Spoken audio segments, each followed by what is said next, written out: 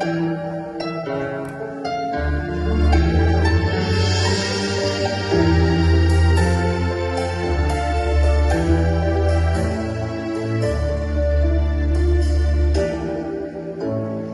тебе, Господь, у молитві йдемо, і тебе розради шукає. Могутній і сильний зупиниш ти зло, і зглянешся на нашим краєм.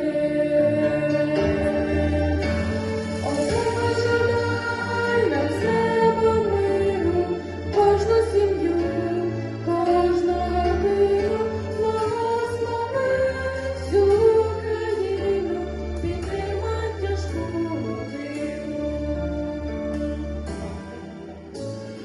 Тобою сердець, Боже, ми стоїмо, і вірим в Твоє провидіння. Хто любить Тебе,